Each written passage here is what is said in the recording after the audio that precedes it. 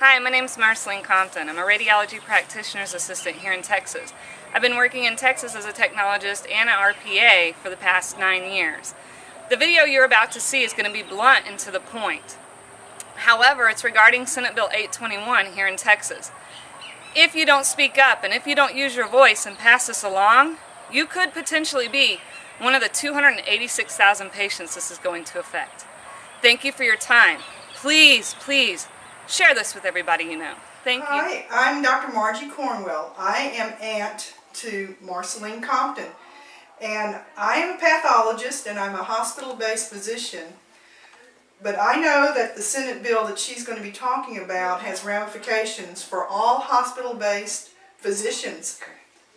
Marceline, go ahead and tell us about the Senate Bill 821. Senate Bill 821 recognizes mid-level providers and the need for mid-level providers. It's supported by the Texas Medical Association, the TMA, who has recognized that there needs to be a mid-level provider for the relief of lack of radiologists. However, the bill only supports one group, and they're considered the RA, which is a little bit different than what I am. I'm an RPA.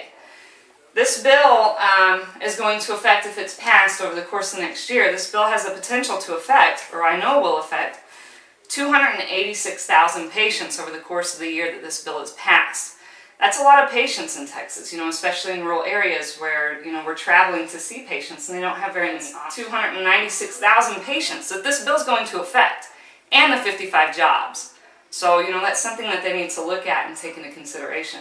South Texas is just now going to get a medical school.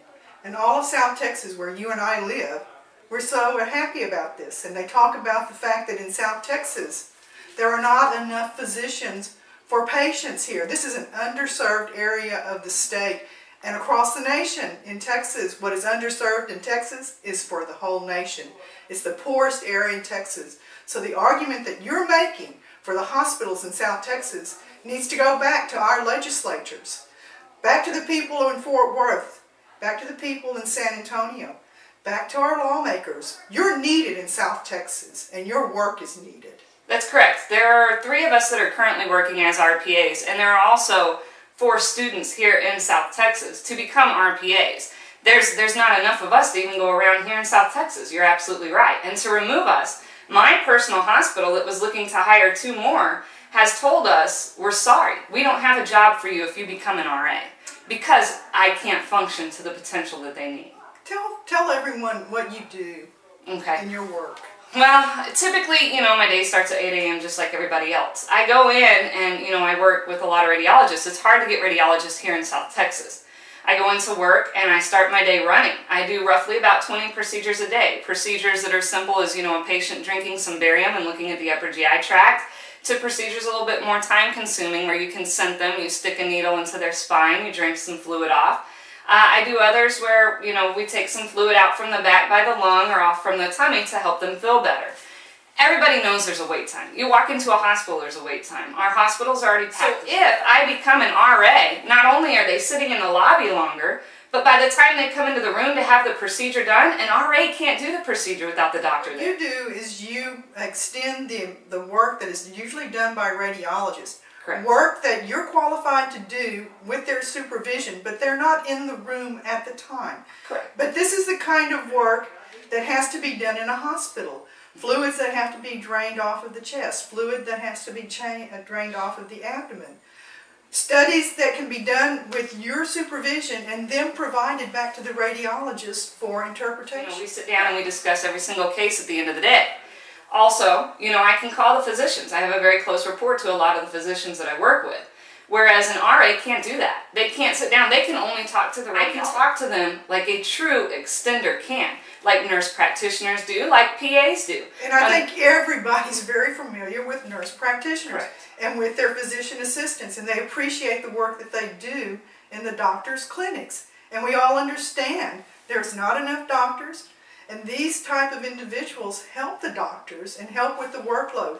And that drives down the cost of medical care.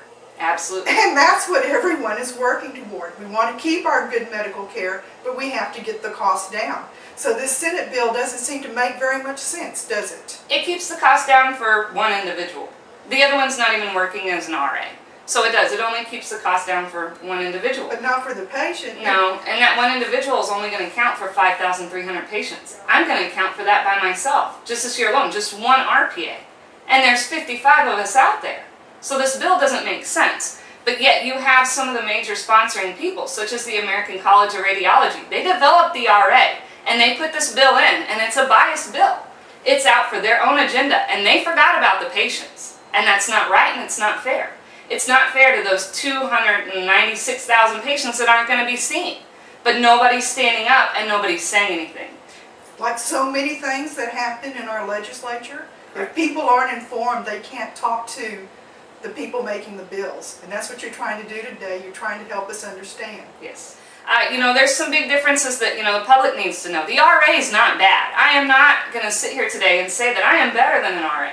We are out there to do the same goal. We're out there to see the patients. That's the only thing that we care about. Somehow, we got stuck in the political mess of things. And, everybody's just pointing the finger. No, don't point the finger. Add us to it. It's not going to hurt. Let me provide the services I was trained to do. Your work is certified. Your Yes. work has been certified. Yes. Your work is observed by the radiology team, by the radiologist. You don't work in a hospital where a radiologist doesn't know what your work is. Correct. I came from an accredited program that is recognized. Granted, there is only one program. Senator Shapiro said this. There is only one program. However, we have more graduates just this year alone from that one program than exist RAs nationally.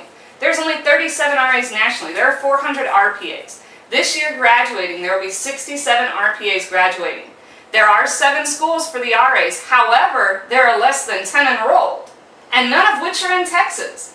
And during the video where we went to the public hearing and we spoke about Senate Bill 821, one of the ladies, an RA, sat there and straight up told everybody she could not find it recognized by patients, several of my patients, and several of the doctors, even down here in the valley. I went through one of the most recognized hospitals in Dallas who recognizes the RPA procedure. You've trained through the years. You've been looking at x-rays. You've been looking at CAT scans. You've been looking at MRIs. You know about radiation. You know about the dangers of radiation, the exposure to radiation. So you're there taking care of patients. I go to 92 credit hours. I perform 92 credit hours in looking at films and preliminary reads and things like that. They go to 37 to 45 depending on what program you go to. That's a big difference. Granted, I can't go in and just sit and take their exam. Really, in a nutshell, to me, that the legislators of Texas have not really looked carefully at the impact on patient care. They really haven't put together or shown that they understand the difference between the two categories of radiology assistants. Correct. And that your group has been performing and has been in Texas hospitals, whereas the other person has not. The opportunities are just not there for Texas patients to go with this Senate bill, 821. No, it's not. And in closing, I would just like to say one thing.